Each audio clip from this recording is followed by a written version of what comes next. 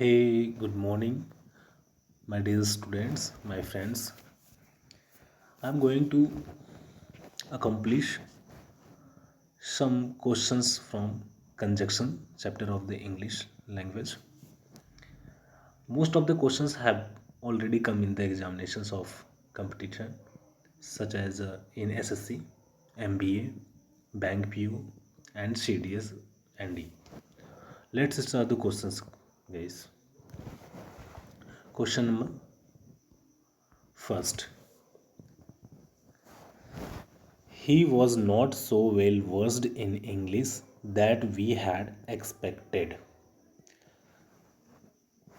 इसमें एरर कहाँ पे है बच्चों? He was not so well versed. अगर आप कभी कभी इंग्लिश नहीं भी जानते हो ना, बट आपकी वोकेबलरी ठीक है, तो भी अब बहुत से एरर आप सही से कर सकते हो. इसका मीनिंग क्या है कि he was not so well versed in English. वो बहुत निपुण इंग्लिश में नहीं था.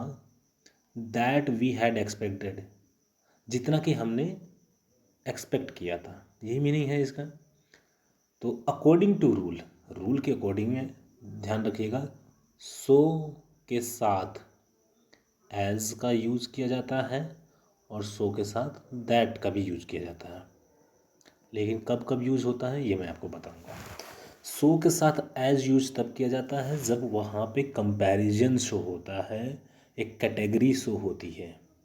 जैसे कि हम इसी सेंटेंस में अगर मैं बोलता हूँ he was not so well versed in English, वो इंग्लिश में उतना अच्छा नहीं था जितना हमने, मतलब हमने उसका किसी न किसी से कंपैरिजन किया है, मतलब हमने जितना सोचा था उतना वो वेल वर्स्ड नहीं है. तो यानी क्या, it is a category comparison. तो यहाँ पे सो के साथ एज का यूज किया जाएगा, ना कि दैट का यूज किया जाएगा. फिर सो के साथ दैट कब होगा ये भी मैं आपको बता देता हूँ. जैसे अगर मैं ये बोलता हूँ कि he was not so well versed in English that he could produce a good result in exam. मतलब ये किस लिए यूज किया जाता है? सो के साथ दैट तभी आता है किसी के कुछ क्वालिटी होने या ना होने की वजह से अगर कोई रिजल्ट आता है, कोई इफ़ेक्ट आता है, तो हम सो के साथ दैट लगाते हैं. जैसे मैं कहता हूँ कि मैं इतना इंटेलिजेंट हूँ कि मैं ये एग्ज़ाम निकाल सकता हूँ. I am so intelligent that I can crack this exam. तो इंटेलिजेंट होने की वजह से क्या हो रहा है, एक रिजल्ट निकल रहा है, एक इफेक्ट आ रहा है कुछ. क्योंकि यहाँ पे कंपैरिजन तो नहीं है, ये तो नहीं बोला जा रहा है कि मैं इतना इंटेलिजेंट है जितना कि तुम्हारा भाई. अगर कंपैरिजन होता तो सो के साथ एज आता, लेकिन रिजल्ट निकल रहा है आपकी किसी क्वालिटी की वजह से या किसी क्वालिटी ना रहने की वजह से कुछ रिजल्ट, कुछ इफेक्ट आ रहा है, तो सो के साथ दैट का यूज़ किया जाता है उस केसेस में. मैं एक एक क्वेश्चंस के पीछे की कहानी बताऊंगा आपको, जो कि किताबों में नहीं लिखी होती है, कि हर एक क्वेश्चंस पे वो रूल लग रहा है तो क्यों लग रहा है. किताबों में ये रहता है बच्चे कि सो के साथ यहाँ पे दैट नहीं आएगा, एज आएगा. लेकिन क्यों आएगा, दैट कब आ सकता है, तो ये चीज़ें है ना, ये चीज़ें जब आप बहुत ज़्यादा अच्छे से स्टडी करोगे तो समझ में आती है धीरे धीरे. नेक्स्ट क्वेश्चन पे आते हैं. तो इसमें गलती कहाँ पे है, दैट की गलती है. दैट की जगह पे एज यूज किया जाएगा. Next questions. Mrs. Varun not only stopped coming here but also going to any place which is related to her past strategy. Mrs. Varun सिर्फ यहाँ पे आना नहीं छोड़ा है उन्होंने, बल्कि उस हर जगह पे जाना छोड़ दिया है जो उनकी पास्ट ट्रेजिडी से संबंध रखती थी. कहने का मीनिंग यही है ना. एक चीज़ बताता हूँ आपको, रूल, कंजक्शन का रूल होता है. इनको बोलते हैं पेयर कंजक्शन. नॉट ओनली के साथ बट ऑल्सो. रिलेटिव कंजक्शन भी बोल सकते हैं, एक दूसरे को रिलेट करते हैं. ये पेयर में आते हैं इसलिए पेयर कंजक्शन बोला जाता है. तो कौन कौन से मोस्टली ऐसे कंजक्शंस होते हैं जो बेसिकली एग्जाम में आते हैं? Not only but also, neither, nor, either, और. ये 3 कंजक्शंस बहुत ज़्यादा एग्जाम में पूछे जाते हैं. इन पे गलती क्या होती है, इन कंजक्शंस का यूज़ हमेशा सेम टाइप्स के पार्ट्स ऑफ स्पीच के पहले करना चाहिए.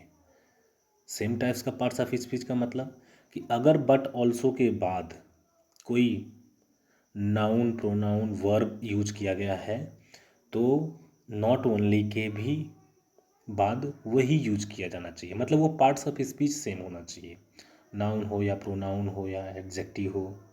जैसे कि मैं अगर बोलता हूँ कि मैं सिर्फ लिखने में अच्छा नहीं हूँ बल्कि पढ़ने में भी अच्छा हूँ। किन दोनों चीज़ों के बारे में बात कीजिए। आई एम नॉट ओनली, अगर ये मैं बोलता हूँ आई am not only good at writing but also eight reading. तो दो अलग अलग कौन सी चीज़ें हैं। कंजक्शन तो दो चीज़ों को जोड़ने या दो से अधिक चीज़ों को, डिफरेंट चीज़ों को जोड़ने के लिए यूज किया जाता है ना। तो पार्ट्स ऑफ स्पीच सेम होना चाहिए बट चीज़ें डिफरेंट होनी चाहिए।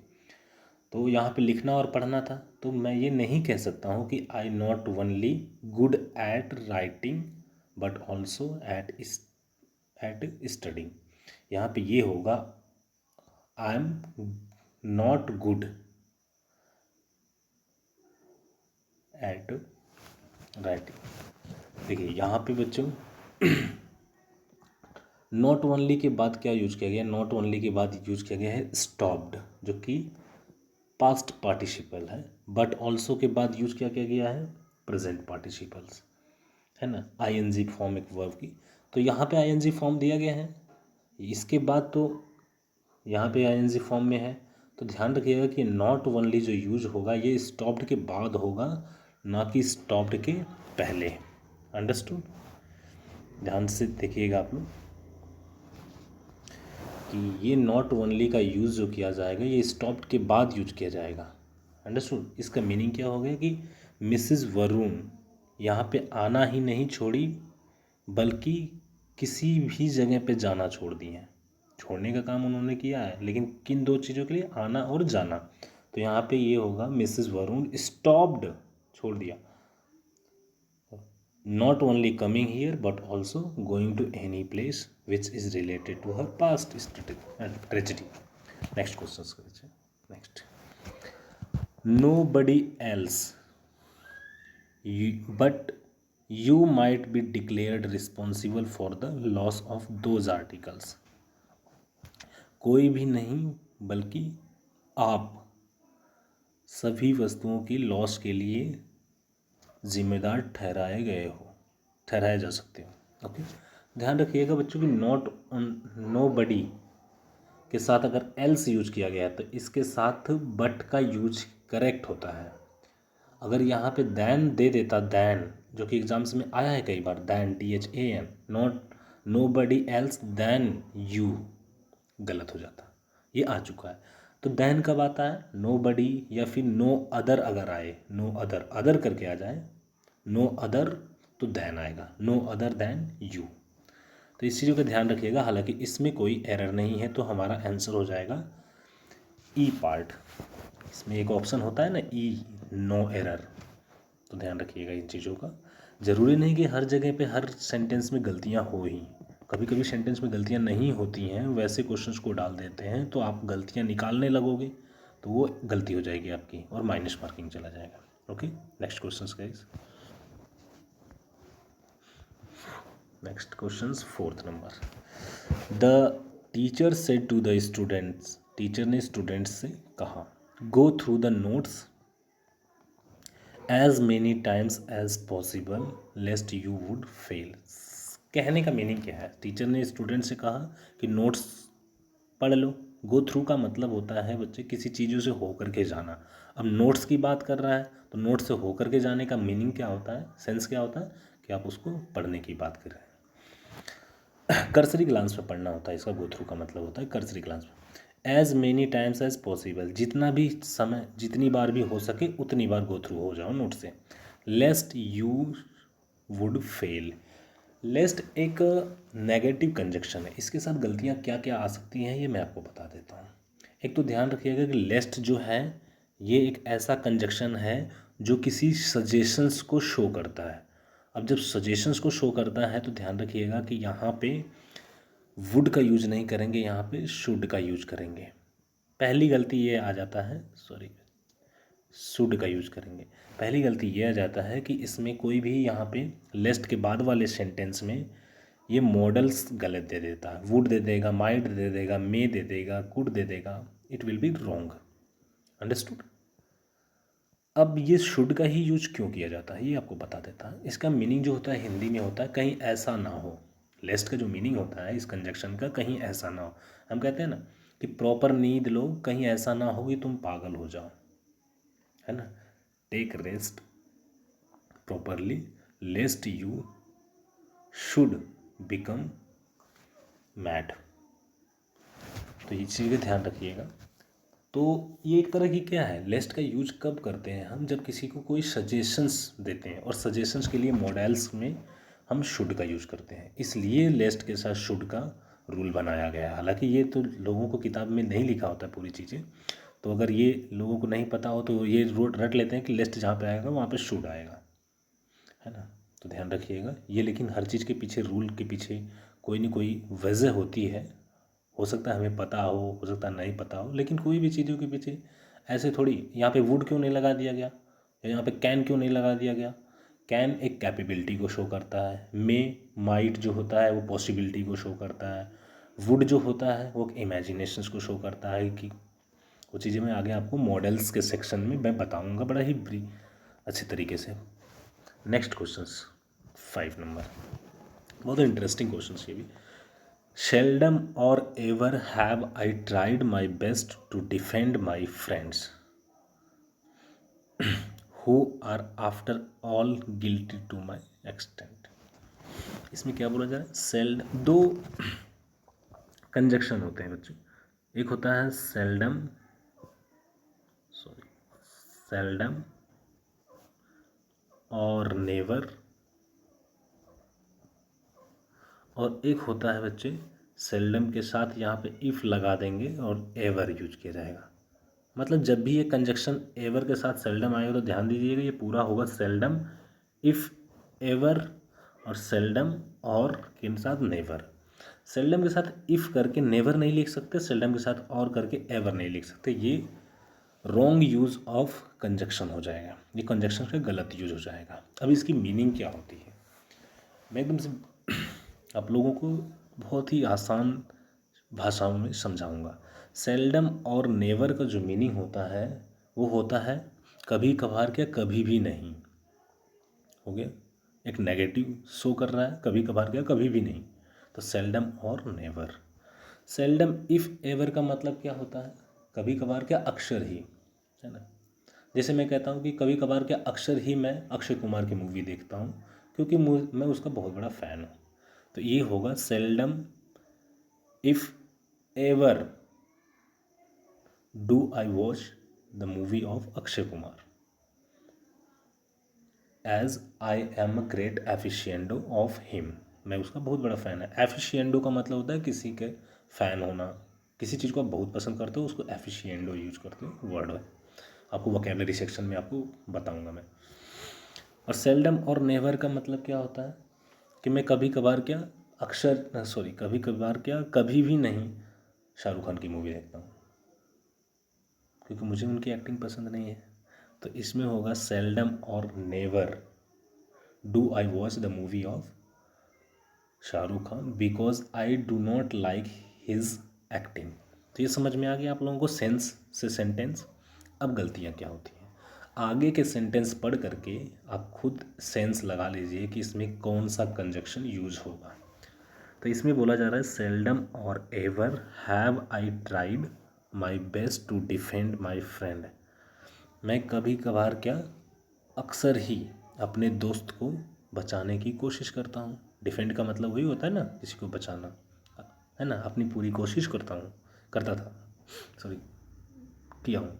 Who are after all guilty to some extent, जो कि कुछ हद तक गिल्टी भी रहता है तभी भी। तो यहाँ पे क्या होगा, सेल्डम और नहीं होगा बच्चे, एवर आया है ना, तो यहाँ पे इफ़ का यूज़ किया जाएगा, ध्यान रखिएगा। तो ये गलती है। नेक्स्ट क्वेश्चंस, ये 6 number, next question 6 number. Seldom और ever have I turned a beggar away without giving him some arms. अब आगे के सेंटेंस पढ़ करके सोचिए कि क्या कंजक्शन यूज किया जा सकता है। एक नेगेटिव शो करता था, एक पॉजिटिव शो करता था।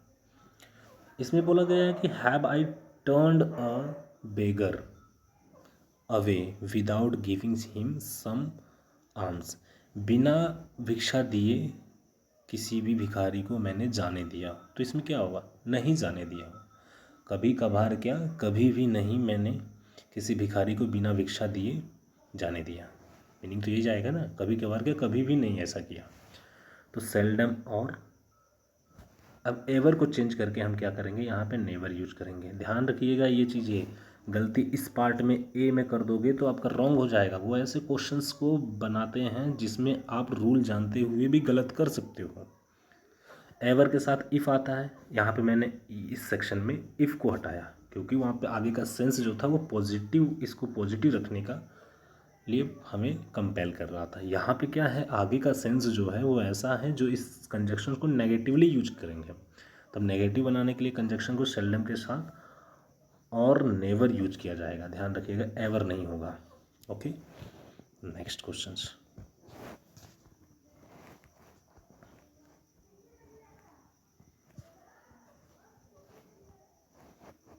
Next question, the officer was doubtful if some of the clerks of his office were involved in bribery.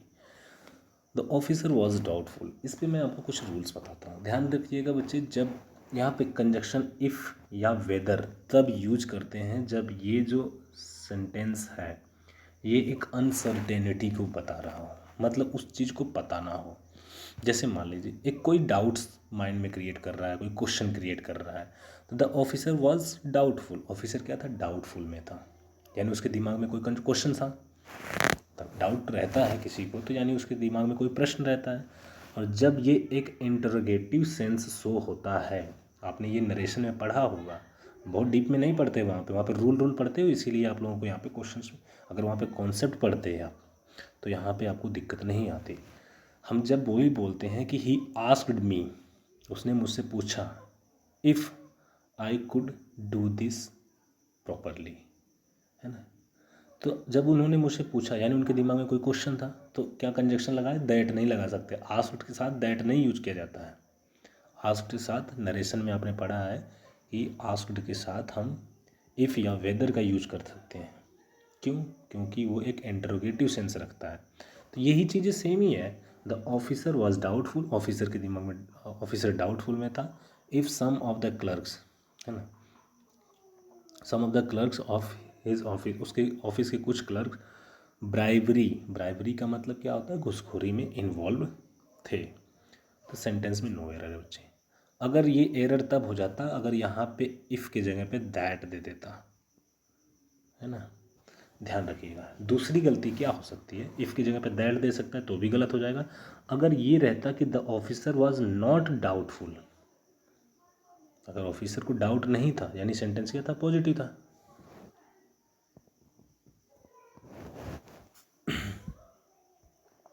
अगर ऑफ तो इस तब यहाँ पे क्या होगा, दैट का यूज़ करेंगे, इफ़ का यूज़ नहीं करेंगे। नेक्स्ट, समझ में आ रहा है ना आप लोगों को? लिखिएगा कमेंट्स में।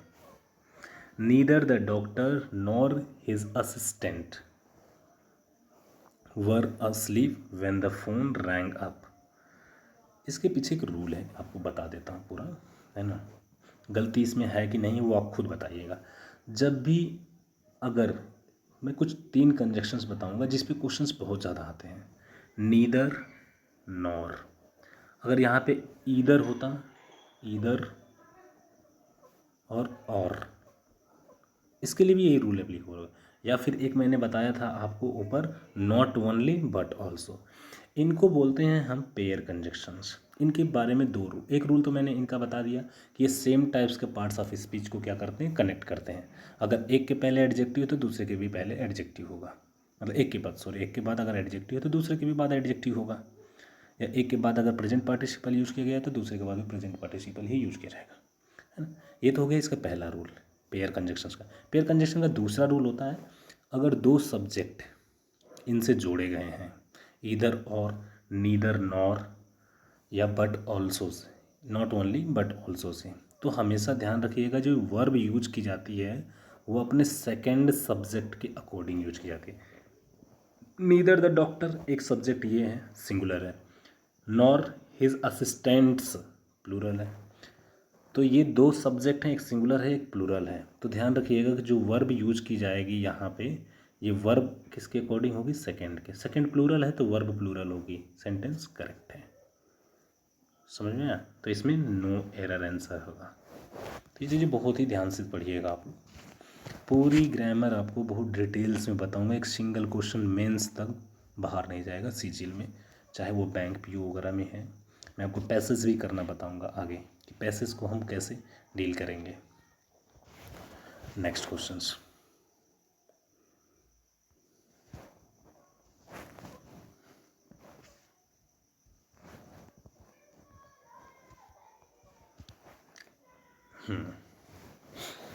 Because he has been ill for a month, so he does not come to office।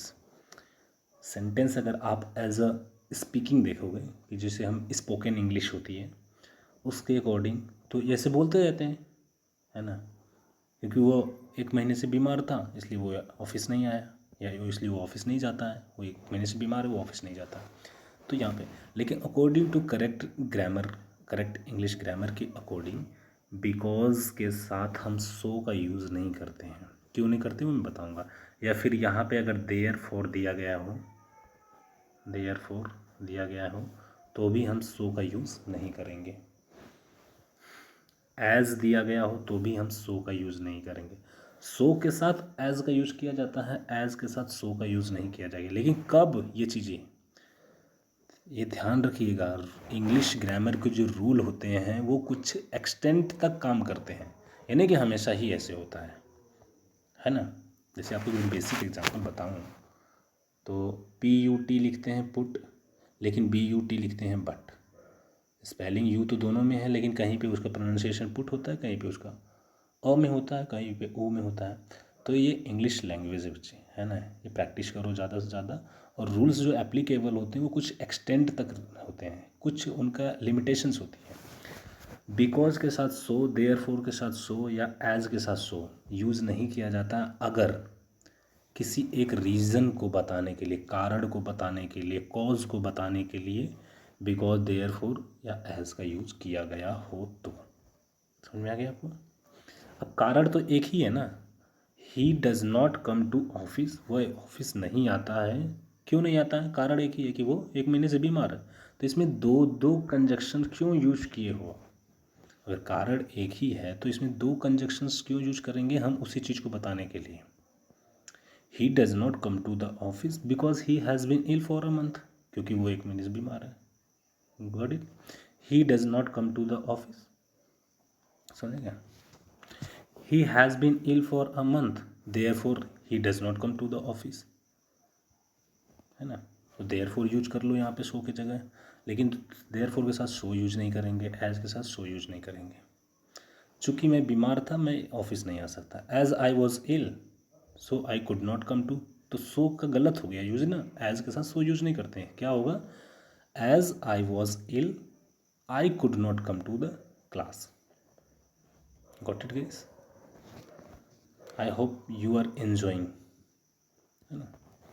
I will deal with every rules in details. हर क्वेश्चंस के पीछे क्या रूल लगे हैं उसको बहुत ही आपको अच्छे तरीके से मैं पढ़ाऊँगा, समझाऊँगा। अभी तक के लिए इतने क्वेश्चंस बच्चे जितने मैंने बताए हैं उसको नोट करते चलिए, जो रूल्स बता रहे हैं उसको नोट करते चलिए, और इसको 1-2 बार और देख लीजिएगा वीडियोज़ को। Definitely you will be mastered in grammar sections. और मैं इस तरह से आपको वोकेबलरी भी more than 3000 words I will teach you on YouTube, जिसमें से ना तो NDA, CDS, air force, navy, bank, SSC, मैं नहीं कहता कि एकदम 100% ही उसी में से आएंगे, बट मैं बताता हूँ 95% से ज़्यादा वोकेबलरी वहीं से आएगी, है ना। एक आध क्वेश्चन अगर कहीं और से आ भी गए तो भी वो आप करेक्ट ही कर लोगे वोकेबलरी के, क्योंकि आपको 3 ऑप्शन तो पता ही रहेंगे। एक मान लो कोई नहीं आ रहा है वो आंसर हो गया, है ना। तो हमें एलिमिनेशन मेथड यूज करके आप उनको भी कर सकते हो। मैं खुद भी 5 बार SSB दिया हूँ, 2 बार NDA से, 3 बार CTS से, 2 बार सब इंस्पेक्टर लगा हुआ हूँ सेंट्रल आर्म्ड फोर्सेस में, और अभी सर भी कर रहा हूँ और टीचर भी हूँ इंग्लिश का। I have a experience of 6 year in teaching sector. Okay guys, आज के लिए इतना ही। हर हर महादेव।